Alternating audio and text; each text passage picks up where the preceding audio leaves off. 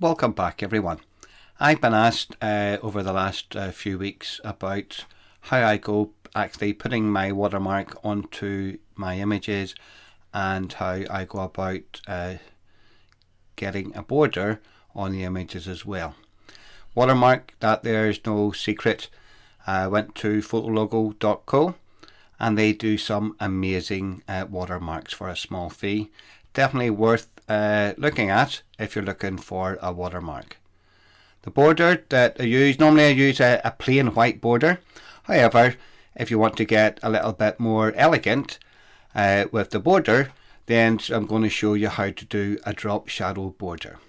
So the first thing we need to do is get into Photoshop. Now we've opened the image up into Photoshop, and we've also selected the watermark that I'll be using today. Now to put the watermark on onto this here image, I need to firstly go to the watermark itself, go to select all, go to edit, and what that actually does, that copies the watermark. So from there we go to Control and V, and it's Command V on a Mac. Now that there opens it up into the center. We don't want it in the center, so Control T, then we're able to move that there watermark to wherever we want it to be. If you wanted to make it smaller, you've got that there option. Then we tick. That there puts the watermark into place, and then flatten the image.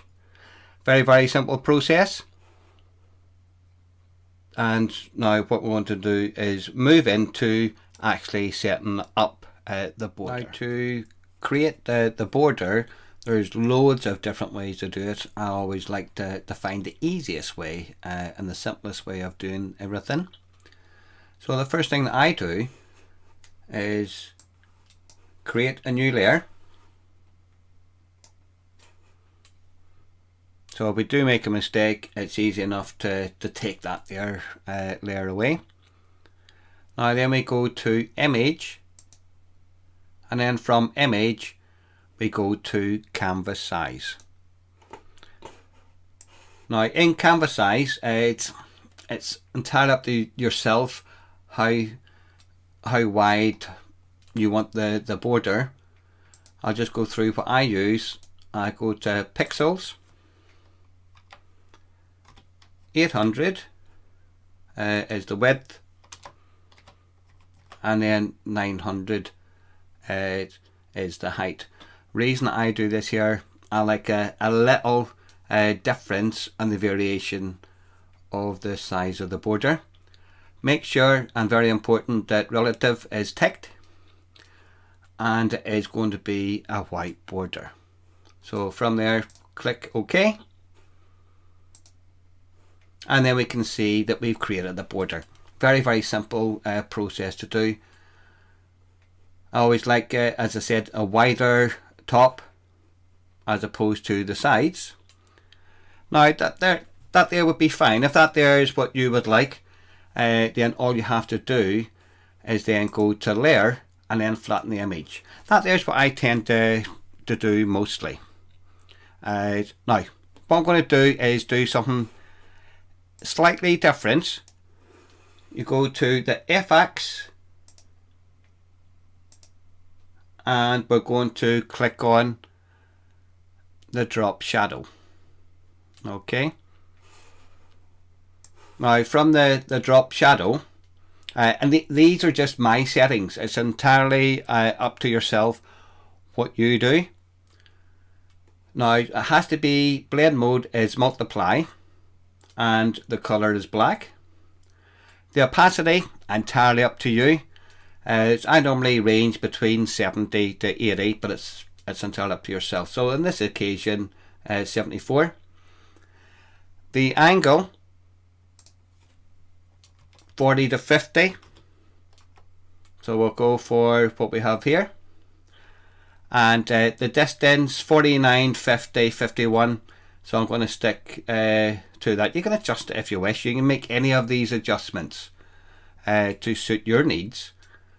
The spread is 18% and the size is 65. Now from there you'll see that there's a shadow, and that there was our intentions. Okay, so we're going to click OK, and then we're going to go back to the FX panel, and from there we're going to click stroke. Okay, now size 3, 4, it's entirely up to yourself. I'm going to stick to 3. The bit position has to be inside for this here to work, and the opacity, I'm happy with the opacity of this here, and the colour in this occasion is white. It can be anything that you wish to have, and you can see very, very, very fine white line there. So if you're happy with what you've created, you click OK. I'm very happy with this here's border.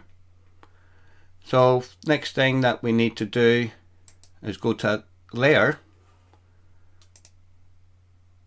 and flatten all the layers into one. Now it's just my opinion. I think it's a very, very nice border. You can make it as complicated or as simple as you wish, and it hasn't been hard to do. So that's a drop shadow border. So hopefully this here is going to answer a lot of questions that I've been asked, and hopefully you're going to make some use of this here, and thank you for watching.